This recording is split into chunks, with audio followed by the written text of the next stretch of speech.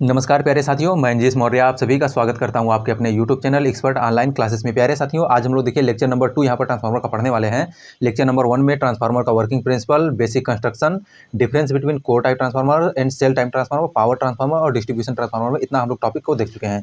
आज हम लोग देखिए इक्विवेलेंट सर्किट ऑफ ट्रांसफार्मर का यहाँ पर पढ़ने वाले हैं। तो आइए हम लोग स्टार्ट करते हैं। देखिए हम लोग ट्रांसफार्मर को इक्विवेलेंट सर्किट क्यों बनाते हैं, मतलब इक्विवेलेंट सर्किट हम लोग क्यों यूज करते हैं। तो सभी देखिए कैलकुलेशन को ईजी करने के लिए हम जितने इक्विपमेंट होते हैं जिसे लगे होते हैं एक तरफ ट्रांसफ़र करते हैं, चाहे या तो फिर प्राइमरी साइड करते हैं या फिर सेकेंडरी साइड करते हैं।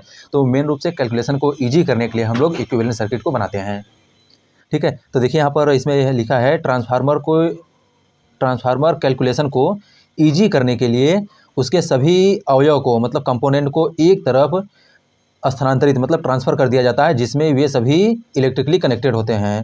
ठीक है, तो जैसे देखिए इसमें क्या है, ये प्राइमरी वाइंडिंग का है। देखिए इसमें X1 है, प्राइमरी वाइंडिंग का रिएक्टेंस है, प्राइमरी वाइंडिंग का रेजिस्टेंस है। और इसके बाद ये जो है नो लोड करंट I0 जो है नो लोड करंट का कंपोनेंट है। और ये जो है नो लोड करंट के कंपोनेंट्स हैं, शंट ब्रांच के कंपोनेंट। ठीक है, इसके बाद ये इसमें टर्न है, प्राइमरी टर्न है, सेकेंडरी टर्न है।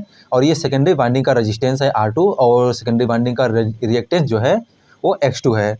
और यहाँ पर लोड करंट जो है सेकेंडरी वाइंडिंग का करंट है I2 है। ठीक है,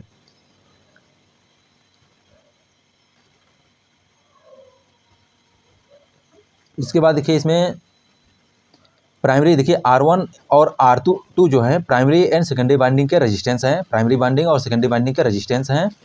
और X1 और X2 जो है, देखिए X1 और X2 क्या है, ये प्राइमरी वाइंडिंग और सेकेंडरी वाइंडिंग के रिएक्टेंस हैं। इसके बाद R01, R0 और X0 जो होते हैं ये नो लोड रेजिस्टेंस और रिएक्टेंस होते हैं। नो लोड पर, जब सर्किट नो लोड पे होता है उस समय जो है नो लोड के रेजिस्टेंस और रिएक्टेंस हैं। ठीक है, अब इसके बाद देखिए इसमें नेक्स्ट पॉइंट है इसमें when secondary parameter are referred toward the primary side, जब हम सेकेंडरी पैरामीटर को प्राइमरी साइड में रिफर्ड करते हैं उस समय देखिए क्या होता है। तो देखिए इसमें लिखा है कि when secondary parameter are referred towards the primary side, मतलब सेकेंडरी वाइंडिंग के जो पैरामीटर्स हैं उसको हम प्राइमरी साइड में रिफर्ड करते हैं, तब मतलब ये इक्विवेलेंट सर्किट दिखाया गया है। तो देखिए यहाँ पर प्राइमरी साइड में I1, R1 और X1 जो है ये प्राइमरी साइड के ही थे। I0 जो है प्राइमरी साइड के नो लोड करंट था। इसके बाद देखिए I2 डैश, R2 डैश ये सेकेंडरी साइड को प्राइमरी साइड में रिफर्ड किए हैं, तब रेजिस्टेंस है। और इसके बाद जो यहाँ पर देखिए आपको दिख रहा है ये I2 X2 डैश क्या है, सेकेंडरी साइड को जब प्राइमरी साइड में रिफर्ड किए हैं तब उसका रिएक्टेंस है। ठीक है, इतना आप लोग ध्यान रखिए कि जो I1, X1 और R1 ये प्राइमरी साइड के रेजिस्टेंस, रिएक्टेंस और प्राइमरी साइड के करंट हैं।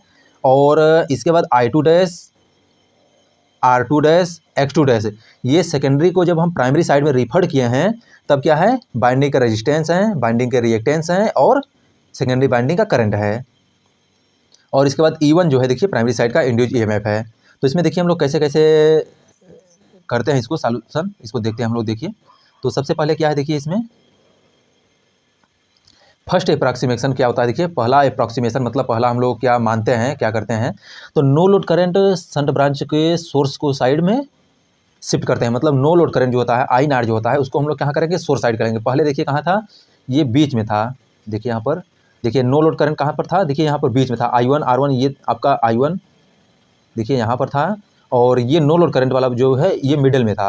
अब हम क्या करेंगे, इसको सोर्स साइड में ट्रांसफ़र कर लेते हैं, देखिए शिफ्ट कर लेते हैं। तो यहाँ से देखिए फर्स्ट अप्रॉक्सीमेशन हमारा यही है कि नो लोड करंट जो होता है, नो लोड करंट को हम लोग कहाँ करेंगे, प्राइमरी साइड में या सोर्स साइड में शिफ्ट करते हैं। तो देखिए सोर्स साइड में शिफ्ट कर दिए तो ये देखिए यहाँ आ गया। अब इसके बाद देखिए R1 और इसके बाद R2 डैश को एक साथ में लिख लेंगे क्योंकि दोनों रेजिस्टेंस हैं। इसके बाद देखिए X1 जो है और ये X2 डैश जो है ये दोनों को एक साइड ले लेंगे तो ये इक्विवेलेंट रिएक्टेंस हो जाएंगे। ठीक है, यहाँ पर तो हम लोग देखिए यहाँ पर प्राइमरी साइड के इम्पीडेंस अब देखते हैं। देखिए यहाँ पर कौन कौन क्या है। देखिए प्राइमरी साइड का इम्पीडेंस जो है, देखिए यहाँ पर प्राइमरी साइड का इम्पीडेंस R1 प्लस JX1 हो जाएगा। ऐसे ही सेकेंडरी साइड का भी इम्पीडेंस कितना हो जाता, R2 प्लस JX2 हो जाता। ठीक है, अब रिफर्ड कर लिए तो उसको हम लोग अलग अलग। तो देखिए यहाँ पर प्राइमरी साइड में जो वोल्टेज ड्रॉप होता है, टोटल वोल्टेज ड्रॉप जब हम बिफोर शिफ्टिंग करते हैं तो I0 plus R1 plus JX1 होता है और प्लस I2 डैश का जो रेजिस्टेंस में मतलब ड्रॉप होता है I2 dash into R1 plus JX1 होता है। अब शिफ्ट करते हैं तब देखिए क्या होता है, तो हम शिफ्ट करते समय क्या करेंगे, जो नो लोड के कारण जो वोल्टेज ड्रॉप होता है उसको हम लोग क्या करेंगे, नो लोड करने के कारण वोल्टेज ड्रॉप होता है उसको हम लोग नेगलेक्ट कर देते हैं, क्योंकि उसकी वैल्यू जो होती है बहुत कम होती है। देखिए आफ्टर शिफ्टिंग के बाद वोल्टेज ड्रॉप कितना हो जाता है, देखिए I2 dash plus R1 JX1 जो है ये वोल्टेज ड्रॉप इतना अवश्य होगा। ठीक, देखिए पहला इसमें मोस्ट इंपॉर्टेंट है, इसमें देखिए टॉपिक ये लिखा हुआ है पॉइंट, देखिए फर्स्ट अप्रॉक्सीमेशन है। फर्स्ट अप्रॉक्सीमेशन में हम क्या करेंगे, देखिए इसमें जो आफ्टर शिफ्टिंग करते हैं मतलब शिफ्ट करने के बाद जो वोल्टेज ड्रॉप होता है कितना होता है, देखिए तो I2 dash R1 plus JX1 जो है ये शिफ्टिंग हो जा रहा है, इतना वोल्टेज मतलब शिफ्ट करने के बाद मतलब सेकेंडरी को प्राइमरी साइड में जब रिफर कर दे रहे हैं तब उसमें जो वोल्टेज ड्रॉप होता है कितना हो जाएगा भैया, I2 dash R1 plus JX1 होता है। ठीक है, इसमें देखिए मोस्ट इंपॉर्टेंट ये पॉइंट है, यहाँ पर ये पॉइंट बहुत इंपॉर्टेंट है। देखिए फर्स्ट अप्रॉक्सीमेशन में I0 into R1 plus JX1 को के कारण होने वाले ड्रॉप को निगलेक्ट कर देते हैं। देखिए तो इसमें देखिए फर्स्ट अप्रॉक्सीमेशन क्या है कि I0 into R1 plus JX1 जो है इसके कारण जो वोल्टेज ड्रॉप होता है इसको हम लोग निगलेक्ट कर देते हैं। अब क्यों निगलेक्ट कर देते हैं भैया, देखिए निगलेक्ट करने का रीज़न ये है कि नो लोड करंट जो होता है फुल लोड का बहुत कम होता है, मतलब 2 से 5% तक होता है, तो 2 से 5% तक नो लोड के कारण जो है नो लोड पर करंट होता है, तो इसके कारण जो वोल्टेज ड्रॉप होता है बहुत कम होता है। इस वजह से जो है हम नो लोड करंट के कारण होने वाला ड्रॉप जो होता है उसको हम लोग निगलेक्ट कर देते हैं। ठीक है, आई होप आपको यहाँ तक समझ में आया होगा। इसके बाद देखिए नेक्स्ट पॉइंट हम लोग देखते हैं इसमें, देखिए सेकंड अप्रॉक्सीमेशन जो है, सेकंड अप्रॉक्सीमेशन में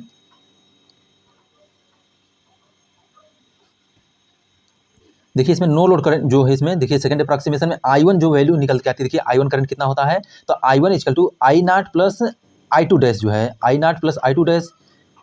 ठीक है, I0 प्लस I2 डैश। देखिए no load current magnitude is very small 2 to 5% of full load current so it neglected, मतलब नो लोड करंट की जो मैग्नीट्यूड होती है वैल्यू होती है वो बहुत कम होती है, मतलब 2 से 5% तक होती है फुल लोड का, इस वजह से जो है हम इसको नेगलेक्ट कर देते हैं। देखिए सबसे इंपॉर्टेंट पॉइंट जो है यहाँ पर बन के आ रहा है एक, देखिए यहाँ पर क्या इंपॉर्टेंट पॉइंट है ये कि above 100 kVA transformer, above 100 kVA transformer no load current is neglected.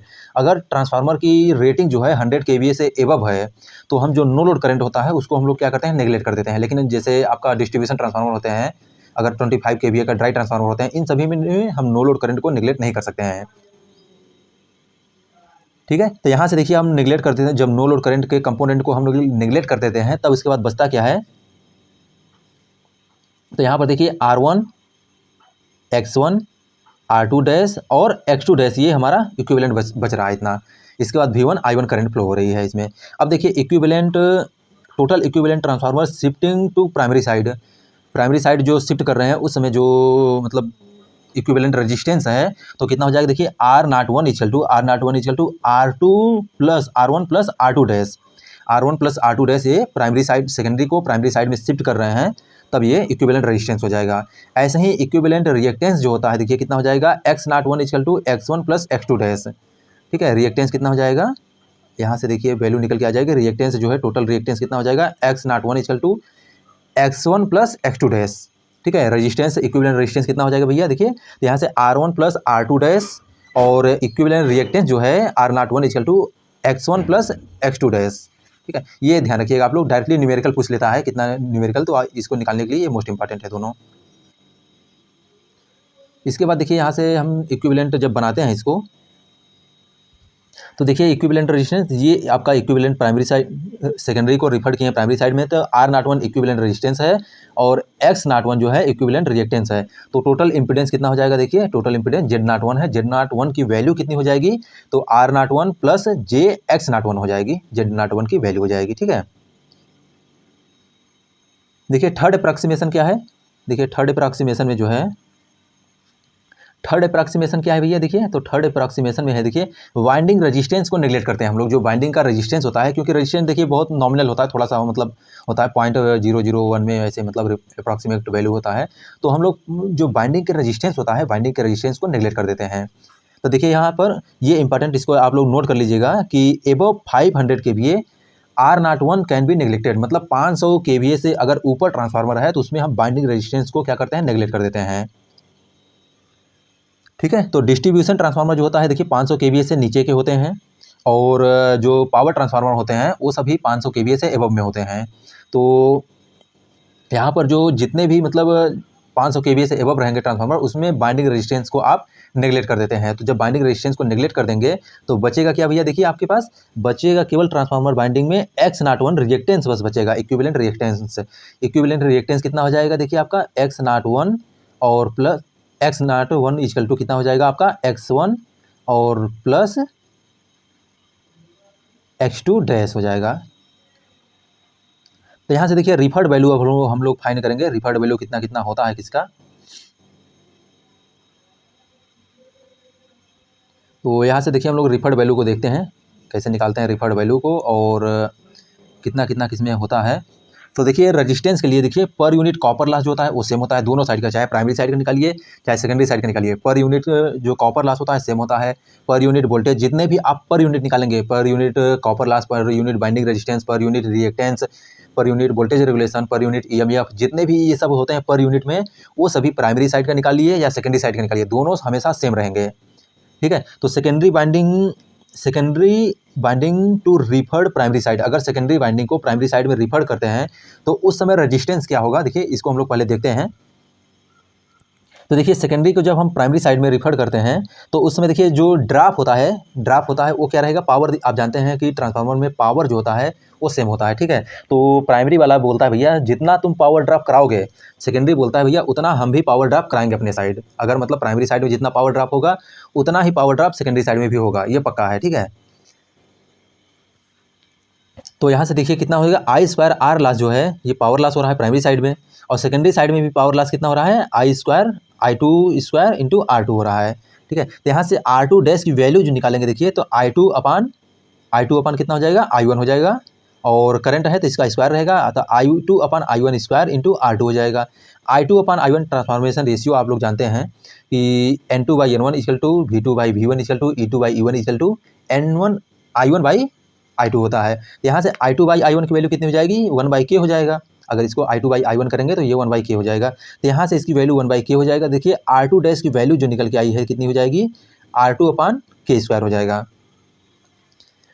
तो क्वेश्चन आपसे डायरेक्टली न्यूमेरिकल पूछता है देखिए कि अगर ट्रांसफार्मर के सेकेंडरी साइड को प्राइमरी साइड में ट्रांसफ़र कर रहे हैं तो रेजिस्टेंस कितनी होगी, और रेजिस्टेंस की वैल्यू कितना होगा, तो R2 अपान K स्क्वायर होता है। ठीक है, इसको ध्यान रखिएगा आप लोग। न्यूमेरिकली डायरेक्टली पूछता है या तो फिर डायरेक्टली यही पूछ लेता है कि अगर सेकेंडरी को प्राइमरी साइड में रिफर करते हैं तो इक्विवेलेंट रेजिस्टेंस कितना होता है, तो R1 प्लस R2 अपान K स्क्वायर हो जाएगा, और केवल रेजिस्टेंस सेकेंडरी साइड का रेजिस्टेंस जो है प्राइमरी साइड में ट्रांसफर करते हैं तो कितना हो जाएगा, R2 अपान K स्क्वायर हो जाएगा। ठीक है, नेक्स्ट इसमें देखिए चलते हैं। अगर प्राइमरी को सेकेंडरी साइड में रिफर कर रहे हैं, तब कितना हो जाएगा देखिए, तो यहाँ से I1 square into R1 equal to I2 square into R1 dash हो जाएगा। ठीक है, तो यहाँ से जो R1 डैश की हम वैल्यू निकालेंगे देखिए, तो I1 अपान I2 स्क्वायर इंटू R1 हो जाएगा। तो यहाँ से R1 डैश की वैल्यू जो निकल के आएगी K स्क्वायर इंटू R1 हो जाएगा। तो यहाँ से देखिए सिंपल ये निकल के आ रहा है, आप अगर रजिस्टेंस को, इम्पीडेंस को, रिएक्टेंस को अगर सेकेंडरी को प्राइमरी साइड में ट्रांसफ़र करते हैं तो K स्क्वायर से डिवाइड हो जाएगा, अगर प्राइमरी साइड को सेकेंडरी साइड में ले जा रहे हैं तो K स्क्वायर से मल्टीप्लाई हो जाएगा। ठीक है, ये ध्यान रखिए आप लोग। इसके बाद रिएक्टेंस भी देखिए वही है, सेम चीज़ रिएक्टेंस के लिए भी है। देखिए रिएक्टेंस के लिए देखिए पर यूनिट वोल्टेज ड्रॉप जो होता है वो सेम होगा। तो प्राइमरी देखिए secondary refer to primary side, अगर सेकेंडरी को हम लोग प्राइमरी साइड में रिफर कर रहे हैं तब क्या होगा, तो सेम वही चीज़ देखिए I1 square X2 dash equal to I2 square X2 हो जाएगा। तो यहाँ से X2 डैश की वैल्यू हम निकालेंगे देखिए, तो I2 अपान I1 का स्क्वायर इंटू X2 हो जाएगा यहाँ से। ठीक है, तो यहाँ से I2 अपान I1 की वैल्यू जो निकालेंगे देखिए कितना हो जाएगा, 1/K हो जाएगा। तो यहाँ से X2 डैश की वैल्यू जो आएगी कितना हो जाएगा, X2 डैश की वैल्यू X2 अपान K स्क्वायर हो जाएगा। ऐसे ही देखिए प्राइमरी जो है, प्राइमरी को अगर सेकेंडरी साइड में ट्रांसफ़र कर रहे हैं तो यहाँ से I1 का square into X1 equal to I2 square into X1 dash. तो यहाँ से X1 डैश की वैल्यू निकल के आएगी देखिए भैया कितना आ जाएगी, X1 dash equal to K square into X1 हो जाएगा। ऐसे देखिए करंट के लिए निकालेंगे आप, करंट के लिए सिंपली भी MMF जो होता है, देखिए प्राइमरी साइड का MMF, सेकेंडरी साइड का MMF दोनों सेम होता है। जब प्राइमरी साइड का MMF जो होता है, सेकेंडरी साइड का MMF दोनों सेम होता है, तो प्राइमरी साइड का MMF क्या हो जाएगा देखिए, यहाँ से N1 I2 dash equal to N2 I2 dash I2। ठीक है, प्राइमरी साइड का MMF कितना हो जाएगा देखिए N1 I2, क्योंकि प्राइमरी साइड में करंट I2 डैश फ्लो हो रही है, और सेकेंडरी साइड में N2 हो जाएगा। यहाँ से I2 डैश की वैल्यू निकालेंगे तो N2/N1 into I2 equal to, तो N2/N1 को हम लोग डायरेक्टली K लिखते हैं। तो यहाँ से K की वैल्यू कितनी हो जाएगी, देखिए I2 डैश की वैल्यू हो जाएगी K इंटू I2 हो जाएगा। अगर सेकेंडरी को प्राइमरी साइड में ट्रांसफर कर रहे हैं तो करंट कितनी हो जाएगी, I2 dash equal to K into I2। ऐसे ही देखिए, अगर सेकेंडरी को प्राइमरी को सेकेंडरी साइड में ट्रांसफर कर रहे हैं, प्राइमरी को सेकेंडरी साइड में ट्रांसफर कर रहे हैं, तब करंट कितना हो जाएगा, तो I1 dash equal to I1/K हो जाएगा। I1 dash equal to I1/K हो जाएगा, ठीक है। इसके बाद वोल्टेज भी ऐसे देखिए, वोल्टेज के लिए भी सेम वही है प्रोसीजर। तो वोल्टेज के लिए कितना हो जाएगा, देखिए यहाँ से E2 dash equal to E1 हो जाएगा। तो यहाँ से K इक्वल टू क्या होता है, E2/E1 होता है। तो डायरेक्टली आप E2 डैश की वैल्यू निकाल सकते हैं। तो डायरेक्टली E2 डैश की वैल्यू कितनी हो जाएगी, E2/K हो जाएगा। ऐसे ही अगर रिफर टू सेकेंडरी, प्राइमरी को अगर सेकेंडरी साइड में रिफर करते हैं तो प्राइमरी को सेकेंडरी साइड में रिफर करेंगे तो E1 dash equal to K into E1 हो जाएगा। इम्पिडेंस सेम रेजिस्टेंस की तरह, देखिए इम्पिडेंस जो होता है सेम इम्पिडेंस की तरह रहेगा। तो सेम इम्पिडेंस की तरह रहेगा, तो जो इसमें देखिए Z2 है R2 प्लस JX2 हो जाएगा। तो R2 देखिए, प्राइमरी को अगर सेकेंडरी को प्राइमरी साइड में रिफर कर रहे हैं तो Z2 डैश इक्वल टू कितना हो जाएगा, Z2 dash equal to R2 dash plus JX2 dash. अब R2 डैश की वैल्यू रख दीजिए, आप R2 डैश की वैल्यू जानते हैं कितना होता है, R2/K² होता है। ऐसे ही X2 डैश की भी वैल्यू आप जानते हैं, तो X2/K² होता है। अभी पीछे निकाले हैं हम लोग। तो यहाँ से Z2 डैश की वैल्यू जो है हो जाएगी, देखिए यहाँ से K² जो है नीचे कॉमन ले लीजिए। तो Z2 डैश की वैल्यू कितनी हो जाएगी भैया, तो Z2 डैश की वैल्यू Z2/K² हो जाएगा, सॉरी Z2 डैश की वैल्यू हो जाएगी Z2/K² हो जाएगा। ऐसे ही अगर प्राइमरी को सेकेंडरी साइड में रिफर करते हैं तो Z1 डैश इक्वल टू कितना हो जाएगा, K² इंटू Z1 हो जाएगा। तो यहाँ से हम लोग देखिए रिफर्ड वैल्यू जितनी होते हैं सभी को हम लोग बहुत अच्छे से यहाँ पर देख लिए हैं। तो इतना आप लोग ध्यान रखिए। अगर आपको वीडियो इन्फॉर्मेटिव लगा है तो प्लीज़ वीडियो को लाइक कीजिए, चैनल को सब्सक्राइब कर लीजिए और हमारे टेलीग्राम ग्रुप से भी जुड़ जाइए, जिसका लिंक वीडियो के डिस्क्रिप्शन में दिया गया है। Thank you so much for watching my video.